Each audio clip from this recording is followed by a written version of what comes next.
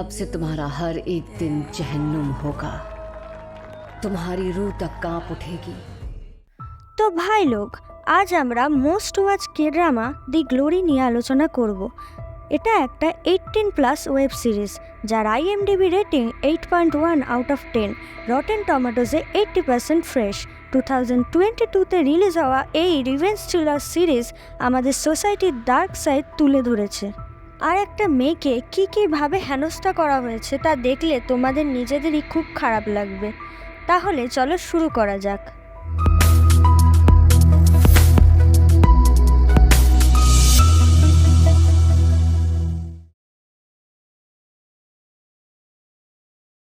Main character moon Dong ইয়ন নামের মেয়েটি গরিব ফ্যামিলি থেকে বিলং করায় তাকে স্কুলে খুবই খারাপভাবে বুলি করা হতো, কারণ সে আর 4টে ছেলে মেয়ের মতো এত বড় লোক ছিল না।